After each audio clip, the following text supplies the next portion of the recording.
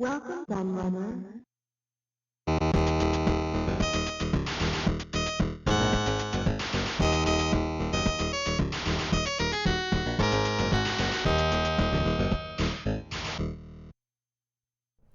Hello everybody, Q&A the Laird here, and I'm back with another book review for you.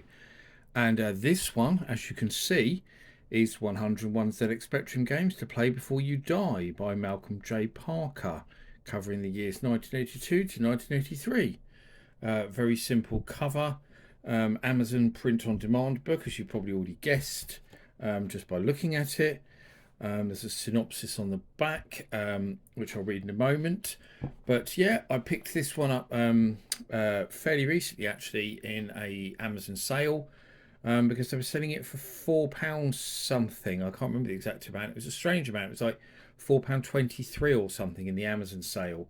So I thought, at that price, why not? It was one of many games that I had on my Amazon watch list. So given how cheap it was, I pulled the trigger.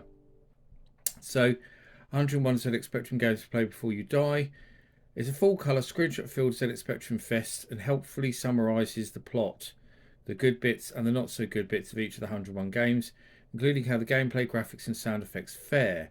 Games are ordered chronologically from 1982 to 1993 and also include a brief history of the events of each year relating to the Spectrum, the magazine's other home computers of the time.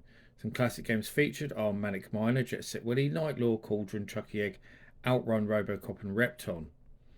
And then in even bigger text, because that text wasn't big enough already, Malcolm J. Parker has been a retro computer and game enthusiast for many years, growing up in the explosively creative home computer boom of the early 80s, and then the mega 16-bit computers such as the Amiga and ST. Now the grammar on the back of the book isn't great, and the weird mismatched text, one big font, one in small font, etc., is very, very weird indeed, and that kind of gives you a prelude to this book, because unfortunately this is a book that has an awful lot of errors in it, as we are about to find out. Sorry, I had to pause it briefly there because one of my cats is jumping around the place, and she just knew enough to knock the camera over. And I think she's determined to just cause as much havoc and destruction as possible. Then I had to shove her out the room because she just did it again. Okie dokie, no cats in the room now. I can continue. I can't win with my cats because there's one in particular. If you leave her in the room, she starts to cause chaos when you start recording. If you leave her out the room, then she sits outside the door, screaming and scratching the door. So, either way, you can't win. So it goes into this just a little bit of info, and then we have our forward, dedication, and then a forward, just talking about his own journey with the ZX Spectrum. All pretty standard stuff. And then the contents, which is basically not even listing the games. Weirdly, it just lists the years, which is surely is the chapters. It probably should have listed the games underneath as well. And then we go into 1982, where you may have already spotted an issue. You see, this book is in black and white, but it looks like it probably wasn't designed to be in black and white, because you can't read the 9. It just says 182 when it should be 1982, because I assume he's used a colour that doesn't show up when it's printed in black and white or something like that. So there's our first problem, and there's lots of these problems in this book, unfortunately. So that's the birth year of ZX Spectrum. It talks a little bit about the Spectrum. It's all pretty standard stuff, talking about what the Spectrum came with and stuff like that. But then we do obviously go into the games, talking about a little bit of the earliest games for the Spectrum. And here we go. So it's all in black and white, so we haven't got any nice colour screenshots. Some of the screenshots show up better than others. Most of them show up okay, despite it being black and white.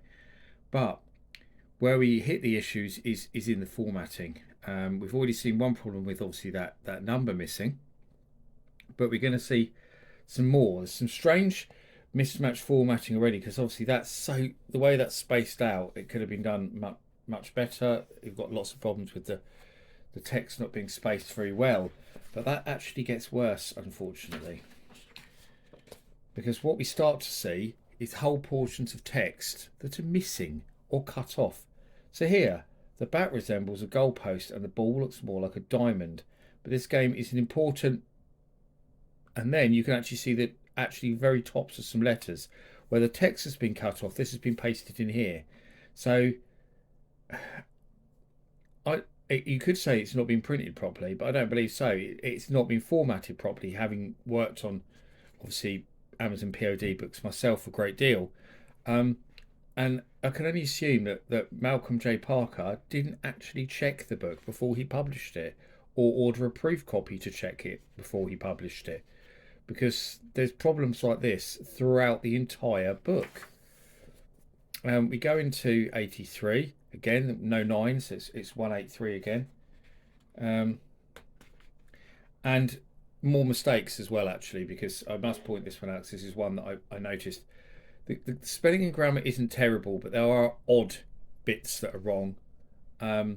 So, for example, Andy White created Ant Attack, not Sandy White. So,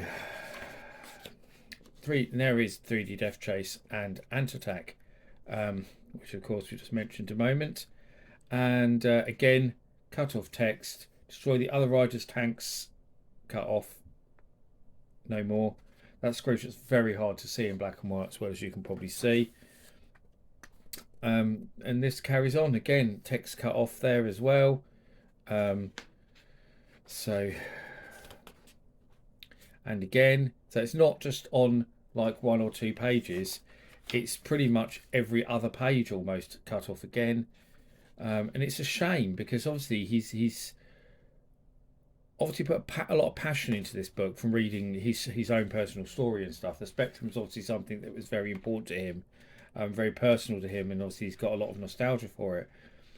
But he's made a lot of mistakes with the formatting of this book, especially.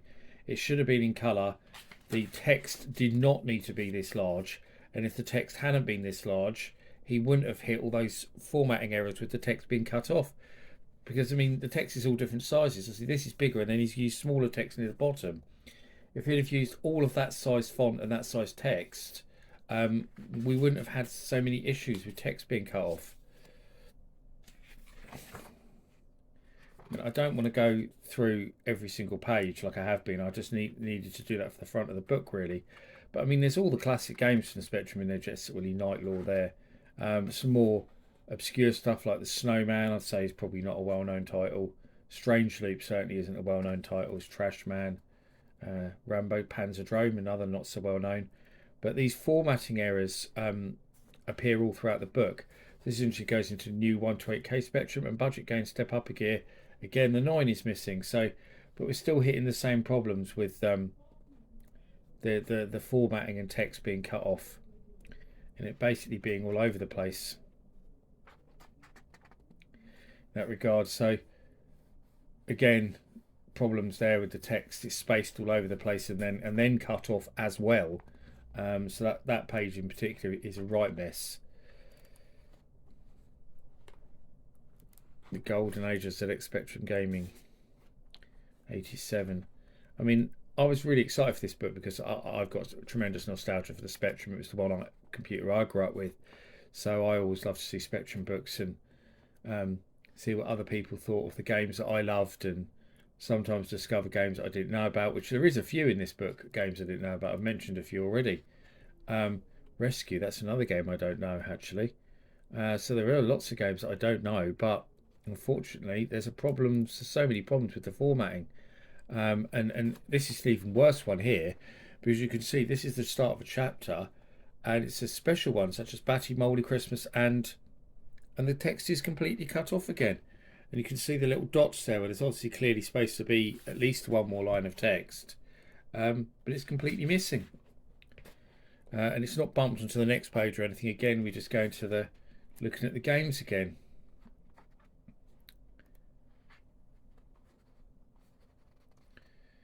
Oh, Chase HQ is one of my favourite Spectrum games. It's an absolutely amazing game.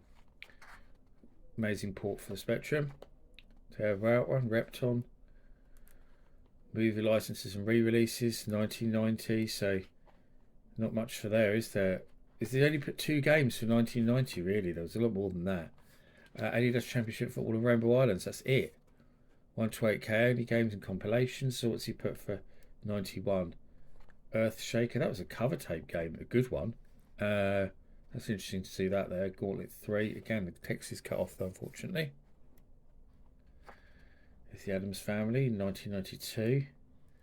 That's the only game they've put for that. Nothing for 93, I don't think. Looks like. No, he's not put anything for 93. Could have at least put one game, couldn't he, for 93? And then a load of blank pages, bizarrely, at the back. Why there's so many blank pages at the back, I don't know.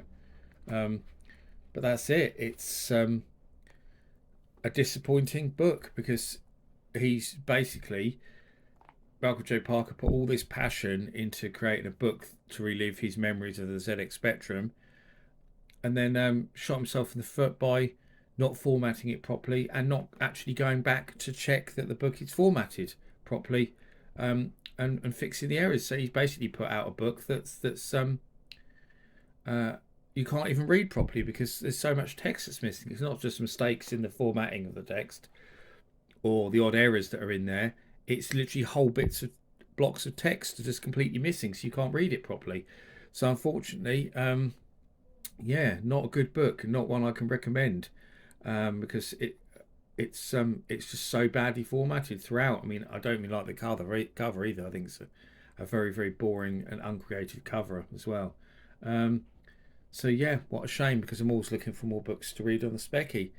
But that's it really. There's not else to say. I mean, I say I only paid four quid odd for it, so I don't feel too ripped off. But yeah, if I'd have known all the problems in it, I wouldn't have even bought it for that price. Yeah. Oh dear. If you're watching this, Malcolm J. Parker, go and fix your book. Put it back out with the formatting corrected in colour, and I'll read it again. But anyway, yeah, I've been the lad. I thank you for watching, and I'll see you all again for another video very soon. Bye bye.